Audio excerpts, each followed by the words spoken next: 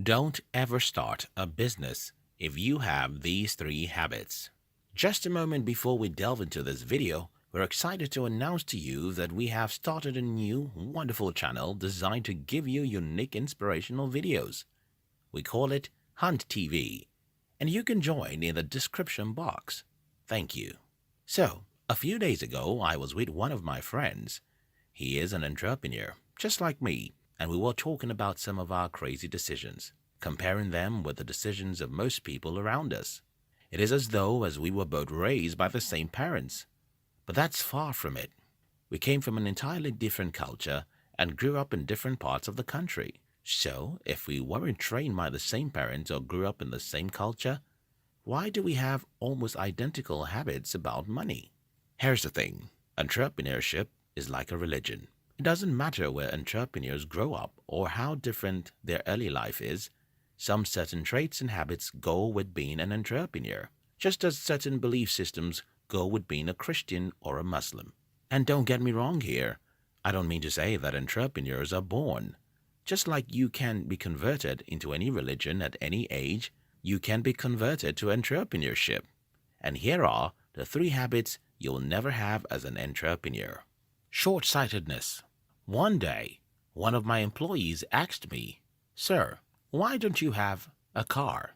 This was a reasonable question since I seem to have more money than most people who own cars around me. But because I'm an entrepreneur, I try to look at things from the long-term perspective. Which is better for me, to own a car now or to employ one or two more people for my company? If I own a car now, I'll look rich. But if I employ one or two more people for my business now, I'll become richer this time next year.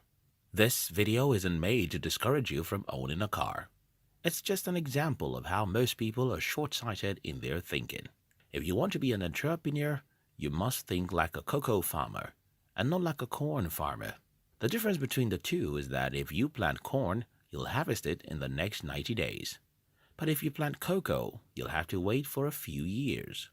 However, a cocoa farmer has his streaks of making his money year after year for many years to come, while a corn farmer loses all his corn after a single harvest. If all you see is today, you're not made for entrepreneurship. If all the games you can play are the ones that reward you in a short time, you can never be an entrepreneur.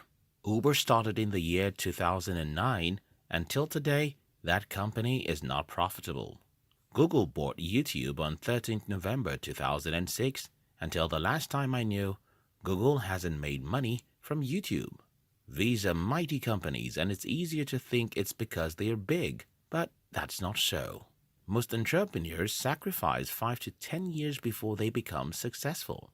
If you want to eat your cake now, you need a job, not a business. Excuse making. In the Christian religion, for example, you're not expected to lie or have sex when you're not married. You can complain that these laws are too difficult to obey. Well, obey them anyway. In entrepreneurship religion, we don't make excuses. Yes, just as you could complain that lying is natural and shouldn't be a sin, so many people make excuses because it's easy and reasonable. To be an entrepreneur is to be an actor. You don't make excuses, even when it's reasonable to do so. I don't have money, the economy is bad, I have kids, my parents don't help me, and the government is bad. While all these could sound like legitimate reasons not to start a business, our religion as an entrepreneur doesn't allow them.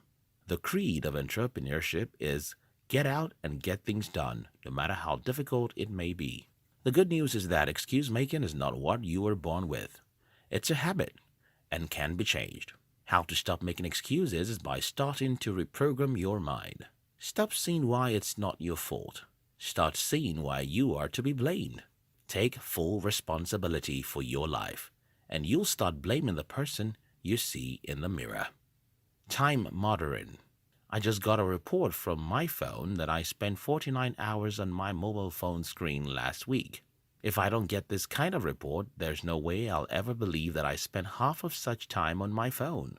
The truth is, our mobile phone has become our closest companion, and if care is not taken, we'll waste our life by simply enjoying what the internet offers.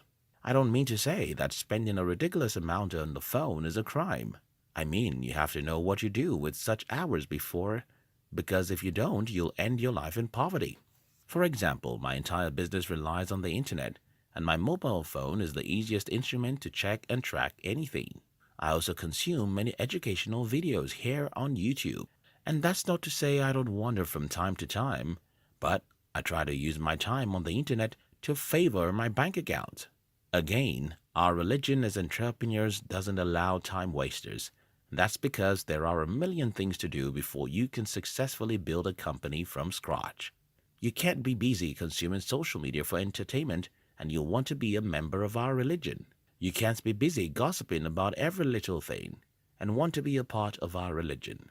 Entrepreneurship requires crazy focus and extreme determination, which most people don't have. Time, that's the only asset you can ever have that can never be bought or regained. Waste it, and you won't be able to build anything worthwhile. Live for tomorrow. Stop making excuses. Stop wasting time. If you like this video, you might like our new motivational channel. We call it Hunt TV, and you can join the Hunt TV in the description box. We love you.